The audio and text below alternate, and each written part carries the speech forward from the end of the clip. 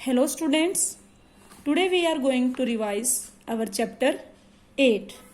Students, in our everyday life, we hear sound from various sources like school bell, horn of vehicles, alarm and many more things. So student, firstly we want to know what is sound. As you all know that sound is nothing but form of energy which cause us to hear, or we can say that we can hear something with the help of sound. I hope you all know this thing. So student, we can define sound like this. Sound is a form of energy that produces the sensation of hearing in our ear. तो student, अब हमारे मन में question उठता है कि sound की help से हम कहते एक दूसरे से कम्युनिकेट करते हैं, बट एक्चुअली हम साउंड की हेल्प से एक दूसरे से कम्युनिकेट कैसे करते हैं? Let us take an example, इसको एक्सप्लेन करने के लिए बोर्डली।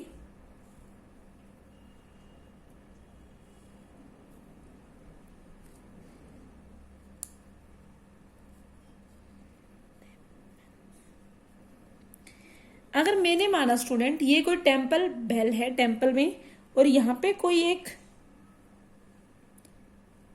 मैन खड़ा हुआ है, ओके। अगर मंदिर की घंटी को हम बजाते हैं तो क्या होती है? साउंड प्रोड्यूस होती है। ये चीज सबने ऑब्जर्व की है अपने डे टू डे लाइफ में। तो students, wait for a second. तो बेल से साउंड प्रोड्यूस हुई और दूर खड़े किसी भी बॉय को या मैन को सुनाई दे रही है, तो इस मीन्स क्या है? वहां पे प्रोपगेशन ऑफ साउंड हो रहा है। साउंड प्रोपगेट हुई तभी तो उसको सुनाई दी। प्रोपगेशन ऑफ साउंड का मीन्स क्या है कि एक जगह से दूसरी जगह जाना। साउंड का यहां थी और यहां खड़े हुए मैन को सुनाई दी, मीन्स साउंड क्या है? एक जगह से दूसरी जगह जा रही है, मीन्स साउंड प्रोपगेट हो रही है। जैसे ही हम बेल को हिट करते हैं स्टूडेंट एक्चुअली, तो वो वाइब्रेट करती है। वाइब्रेट मीन्स इस तरह से वो क्या करती है? वाइब्रेट करती है, और मोस्ट ऑफ द टाइम हमें दिखाई नहीं देती, क्योंकि वह बहुत कम वाइब्रेट कर रही होती है मोस्ट ऑफ द टाइम, और बहुत जल्दी जल्दी वाइब्रेट कर रही होती है, जिसके कारण हम अपनी आईज से उसको देख नहीं पाते। तो हम ये कह सकते हैं कि वाइब्रेट होने से साउंड प्रोड्यूस हो रही है। किसी भी बॉडी में जो वाइब्रेट होती है बॉडी, तो उसके वाइब्रेशन की वजह से साउंड क्या होती है? प्रोड्यूस होती है। हमारे आसपास, या मान लो सिंपली बेल के आसपास, हर जगह एयर के मॉलिक्यूल्स होते हैं, ये सभी को पता है। और एयर मॉलिक्यूल्स के हम एक लेयर एज्यूम कर लेते हैं। लाइक ये एक बेल है अगर, तो यहाँ पे क्या है बेटा? हर जगह एयर के मॉलिक्यूल्स हैं। हमने एज्यूम कर ली एयर मॉलिक्यूल्स की एक लेयर, ओके। और ये कोई मैन खड़ा है, ओके। तो जब बेल वाइब्रेट करेगी, जैसे हमने बेल को हिट किया तो बेल क्या करेगी? ऐसे वाइब्रेट करेगी। तो जब बेल वाइब्रेट करेगी तो अपने साइड वाले, इसके साइड में जो फर्स्ट लेयर है, हम इसे कह सकते हैं ये क्या है? फर्स्ट लेयर है। तो अपने साइड वाले एयर मॉलिक्यूल से टकराएगी, तो बार बार तो वो भी क्या करने लगेंगे बेटा? जब इससे टकराएगी वो भी वाइब्रेट करने लगेंगे इस वजह से, ये वाले लेयर वाले मॉलिक्यूल्स तो वाइब्रेट करेंगे। तो वो भी अपने, ये भी जब वाइब्रेट करेंगे इस वजह से, तो जो इनके पास में लेयर है उससे ये क्या करेंगे? स्ट्राइक करेंगे, ये उससे टकराएंगे, और ये भी क्या हो जाएंगे? वाइब्रेट करना स्टार्ट कर देंगे ऐसे ऐसे। तो ये भी अपने साइड वाले से टकराएंगे, मान लो मैंने थोड़ी दूर बना दिया, तो ये भी ऐसे क्या करेंगे? वाइब्रेट करना स्टार्ट कर देंगे। तो ऐसे करते करते जब मैन के ईयर ड्रम, आपको पता है ईयर ड्रम से वॉइस सुनते, ईयर ड्रम के बगल वाली लेयर वाइब्रेट करेगी, और we can say that oscillate करेगी, तो उस मैन के ईयर ड्रम से टकराएगी। जो ये वाली लेयर होगी मैन के क्या करेगी? ईयर ड्रम से टकराएगी, तब जाकर हमें क्या सुनाई देती है? साउंड सुनाई देती है। तो एक्चुअली में होता क्या है? कोई भी चीज जो वाइब्रेट करती है तो उसकी वजह से साउंड क्या होती है? वहां प्रोड्यूस होती है। वो क्या करती है? अपने पास वाले एयर मॉलिक्यूल से टकराते, इस वजह से वो लेयर हर आगे आगे टकराते टकराते तो हमें वॉइस सुनाई देती है। जैसे मैं आपको एग्जांपल देती हूँ, और इस तरह के स्पीकर पहले सबके घरों में होते थे, आजकल तो थोड़े छोटे आने लग गए हैं। तो स्पीकर देखे होंगे बेटा, यहाँ पे कोन जैसी होती, इस तरह से कुछ सर्कल होता था। तो क्या होता है, जब हम वॉल्यूम तेज करते हैं, आप कभी देखोगे तो आपको ये वाइब्रेट करता हुआ दिखेगा। यहाँ कोई चीज रखना है फिंगर स्पीकर के तो आपको वाइब्रेट करता हुआ दिखेगा। तो ये भी क्या हुआ, वाइब्रेशन की वजह से साउंड प्रोड्यूस हो रही है। या हम सिंपली कह सकते हैं बेटा, जब हम बोलते हैं हमारे लिप्स, टंग और वोकल कॉर्ड सभी क्या करते हैं, वाइब्रेट करते हैं बेटा। ओके, नेक्स्ट एक और एग्जांपल देती हूँ आपको। आपने लैब में सबने देखा होगा ट्यूनिंग फोक, इस तरह का होता है मेटल ट्यूनिंग। जब भी बेटा हम ट्यूनिंग फोक को किसी वुडन या सॉफ्ट सरफेस से हिट करते हैं, तो जब आप उसको हिट करोगे, तो जिसे हम टैप करना बोलते हैं फिजिक्स में कि टैप, तो आपको एक आवाज सुनाई देगी। तो साउंड सुनाई देने का मतलब क्या है कि ट्यूनिंग फोक वाइब्रेट कर रहा है, बट हमें वाइब्रेट करता हुआ ट्यूनिंग फोक दिखाई नहीं देता, क्योंकि जो वाइब्रेशन है वो बहुत स्मॉल है। बट हमें एक वॉइस सुनाई देती है अगर कान के पास ट्यूनिंग फोक को लेके जाएं। लेकिन हमें देखना भी है, तो वाइब्रेट कर रहा है, तो हम एक बॉल को क्या कर दें, हैंग्ड कर दें, और हैंग्ड बॉल से अगर हम ट्यूनिंग फोक को इस तरह टच करेंगे, हम देखेंगे बॉल दूर चली जाएगी। तो इससे हमें क्या पता चला कि जो हमारा ट्यूनिंग फोक है वो क्या कर रहा है, वाइब्रेट कर रहा है, और उसी की वजह से साउंड क्या हो रही है बेटा, प्रोड्यूस हो रही है। So we can say that sound is produced when a body vibrates. तो स्टूडेंट्स, आज तक आपने लाइट वेव्स के बारे में पढ़ा होगा, बट इस चैप्टर में हम पढ़ेंगे साउंड वेव के बारे में। Sound wave, difference between sound wave and light wave.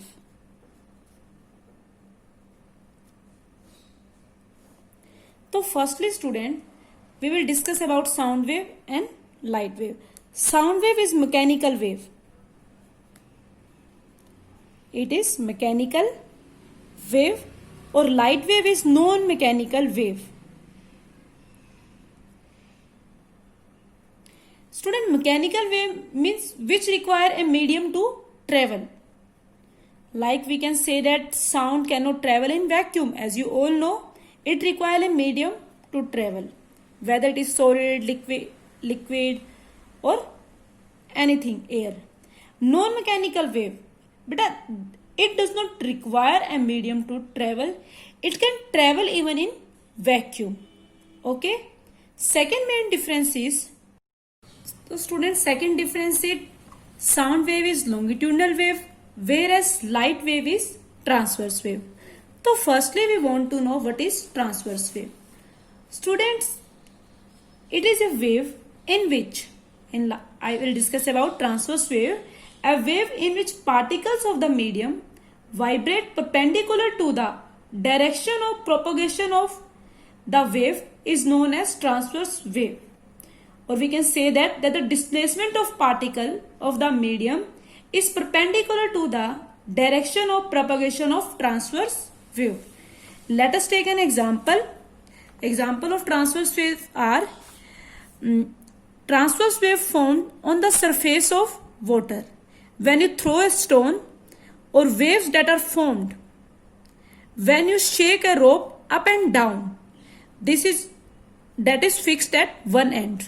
जब आप अगर किसी वाटर में पानी फेंकते हो बेटा, उस टाइम जो वेव्स बनती हैं वो आपकी क्या होती हैं, ट्रांसवर्स वेव। सेकेंड एग्जाम्पल, अगर आप कोई भी रोप ले लो और उसका एक एंड क्या कर दो, फिक्स कर दो। मान लो मैंने रोप का एक एंड यहाँ फिक्स कर दिया, और इसको मैं क्या करूं, इस तरह से क्या करूं, अप एंड डाउन फॉर्म में इसको क्या करूं, हिलाना स्टार्ट करूं, तो जो वेव्स बनेगी आपकी वो क्या होंगी, आपकी transverse wave. Student, we can say that in this distribution is travelling in the forward direction and particles are vibrating in their mean position in up and down manner. Actually में होता है क्या है, यहाँ पे डिस्टर्बेंस तो आगे की तरफ ट्रेवल कर रहा होता है, फॉरवर्ड डायरेक्शन, लेकिन जो पार्टिकल्स की वाइब्रेशन है वो कहाँ हो रही होती है बेटा, मीन पोजीशन पे, अप एंड डाउन मैनर में। ओके। तो बेटा जब आप ट्रांसवर्स वेव की बात कर रहे हो तो इसमें आपकी दो चीजें होती है, एक होती है क्रस्ट एंड एक होती है ट्रफ। तो क्रस्ट क्या होती है, the maximum positive displacement of the particle from its mean position is known as crest. That this is mean position. अगर रोप ऐसे है, कोई रस्सी ऐसे स्प्रिंग, तो वो क्या है, मीन पोजिशन। अगर मैं अप एंड डाउन में उसको मूव कर रही हूं जो मैक्सिमम पॉजिटिव डिस्प्लेसमेंट होगी स्टूडेंट पार्टिकल की उसकी मीन पोजीशन से, उसको हम नाम देते हैं crest. And the maximum negative displacement और the minimum displacement of the particle from its mean position is known as trough. तो ये दोनों क्या है आपकी ट्रफ, मिनिमम डिस्प्लेसमेंट और मिनिमम मैक्सिमम मिनिमम डिस्प्लेसमेंट है तो ज्यादा, लेकिन ये क्या है मिनिमम की तरफ, और ये क्या है क्रस्ट आपका। Okay, next we will discuss about sound wave which is longitudinal wave. So students, this the wave in which particles of the medium vibrate back and forth, or we can say that to and fro about their mean position along the direction of propagation of wave। means इस तरह से अगर मैं हिलाऊं mean position के हिलाऊं back and forth, तो उसका time में जो बन रही है हमारी क्या है longitudinal wave। let us take an example। student, this spring or we can say that this slinky is being fixed at one end and from other end slinky is being pushed by a boy। you will notice that disturbance is traveling along the length of slinky। when the disturbance travel, some part of the slinky are come closer and other parts of slinky remains apart।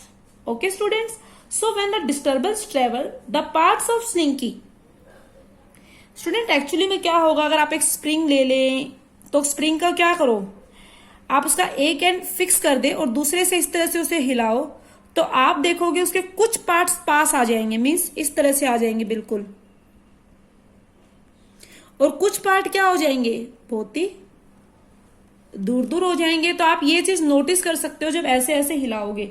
तो जब disturbance travel कर रही है बेटा, जो part spring के एक दूसरे के पास आ गए हैं बिल्कुल, उन्हें हम क्या बोल रहे हैं compression. or we can say that the region of medium where the particles of medium are closer to each other like here are known as compression, and the parts of spring that are far apart from one another is known as rarefaction।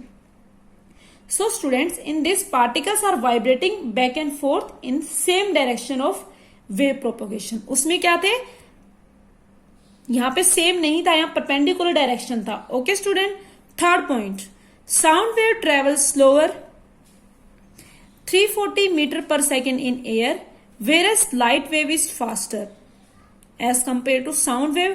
its speed is 3 into 10 raised power 8 metre पर second in air. इसलिए हम experiment पढ़ते हैं बहुत सारे, जिसे हम कहते हैं कि थंडरिंग, जो लाइटनिंग होती है पहले दिखाई देती है और थंडर बाद में सुनाई पड़ता है। उसका रीजन यही है कि लाइट की स्पीड ज्यादा है और साउंड की कम है। Last point is, in water speed of sound increases whereas in light wave in water it travel slower। Students, अभी अभी हमने एक एग्जाम लाइन पढ़ी that sound travels light travel faster than sound. तो इसके हम कुछ एग्जांपल्स डिस्कस कर लेते हैं। पहली चीज स्टूडेंट आपको पता होनी चाहिए that speed of sound in air is कितनी है, साउंड की बात कर रही हूं, एयर में कितनी है स्पीड 333 मीटर पर second, where speed of light in air is 3 into 10⁸ metre पर सेकेंड। तो ऑब्वियसली ये वाली ज्यादा है।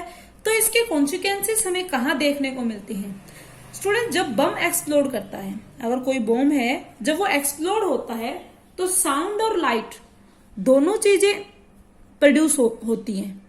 दोनों मीन्स साउंड और लाइट साथ साथ, और we can say that simultaneously produce होगी।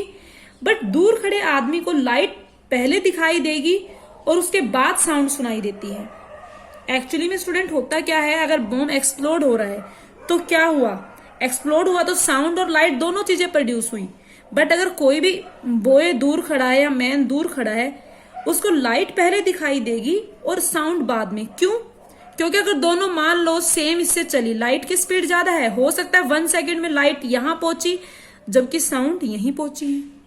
हो सकता है 2 सेकेंड में साउंड कंप्लीट लाइट यहां पहुंच गई है और जबकि आपकी 2 सेकेंड में साउंड यही इतना ही पहुंची है।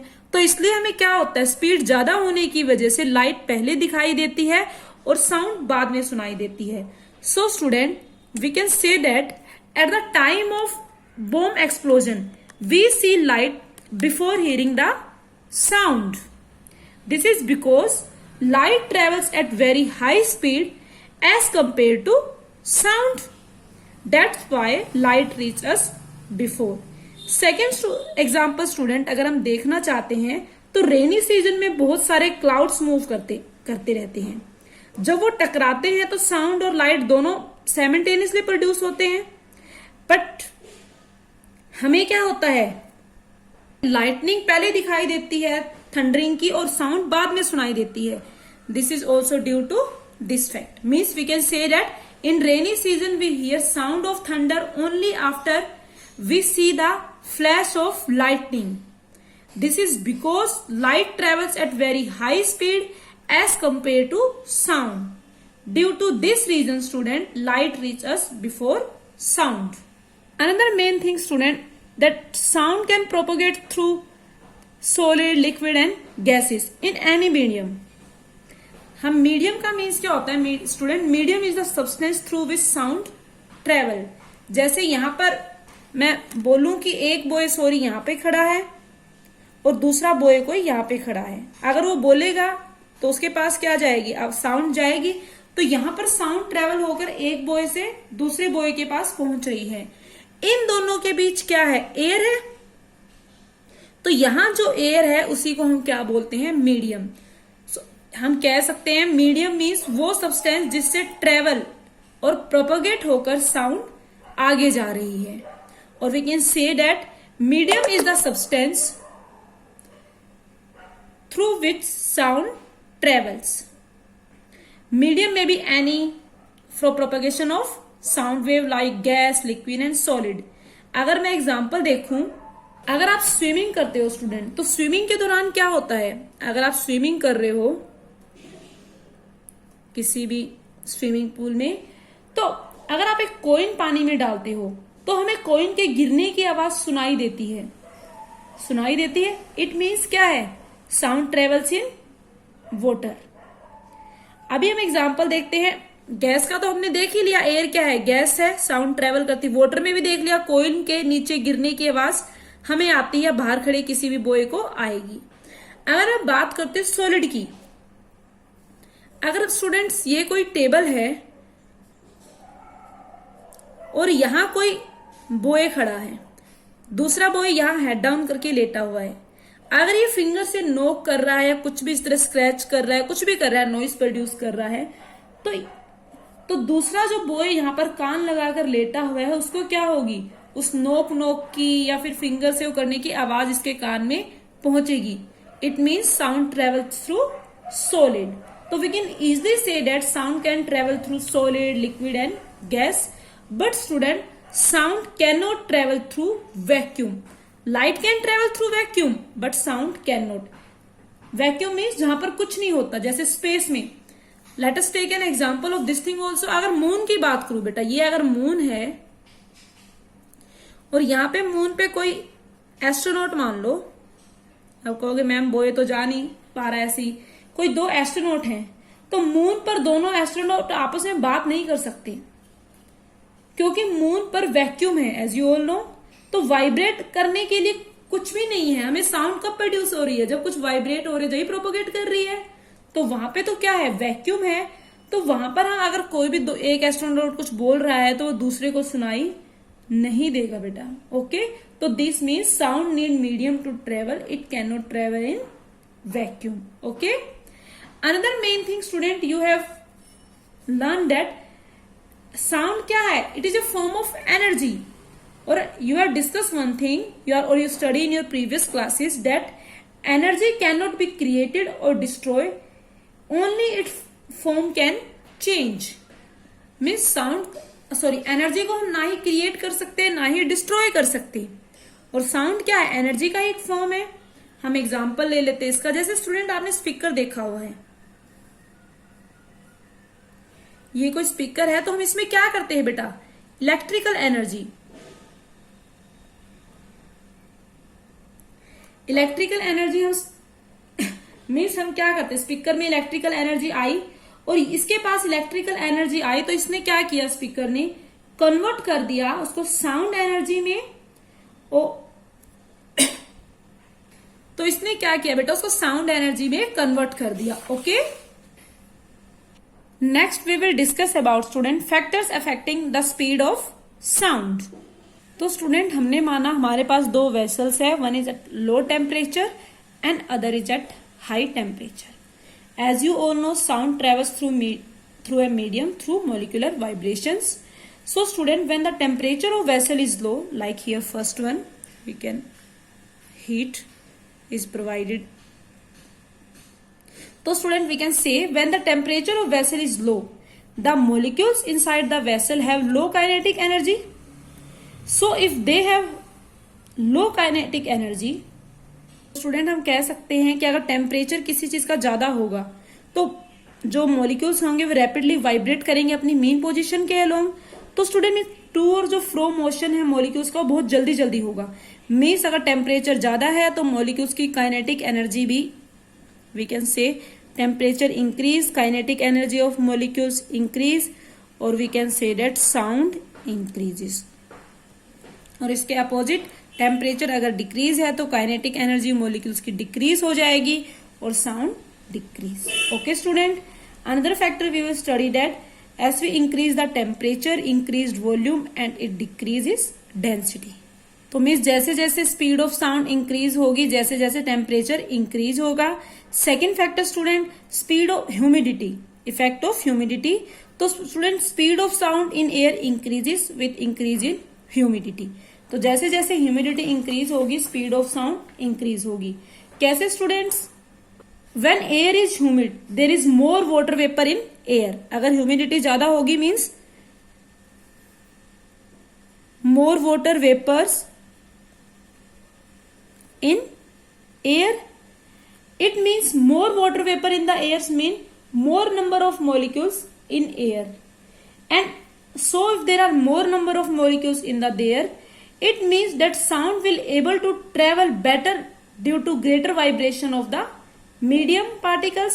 So we can say that it is a better and faster propagation of sound. क्योंकि स्टूडेंट मोर ह्यूमिडिटी का मतलब उतने ज्यादा नंबर वाटर वेपर्स एयर में, और ज्यादा नंबर वाटर वेपर्स एयर में होने का मतलब मोर नंबर ऑफ मॉलिक्यूल्स का होना। और जितने ज्यादा मॉलिक्यूल्स होंगे वो जल्दी जल्दी क्या करेंगे, वाइब्रेट करेंगे, एक दूसरे से ग्रेटर नंबर ऑफ वाइब्रेशंस होगी और उतना ही बेटर और फास्टर प्रोपगेशन ऑफ साउंड होगा। मीन्स ह्यूमिडिटी जितनी ज्यादा होगी वेलोसिटी ऑफ साउंड उतनी ज्यादा होगी, ह्यूमिडिटी जितनी कम होगी वेलोसिटी उतनी ज्यादा होगी। Next factor is student direction of wind. Student अगर विंड और साउंड सिंपली अपोजिट डायरेक्शन में है, this is direction of wind and this is direction of sound, then speed decreases. And if both are on wind and sound in the same direction, then speed increases. Okay student, that's all for today.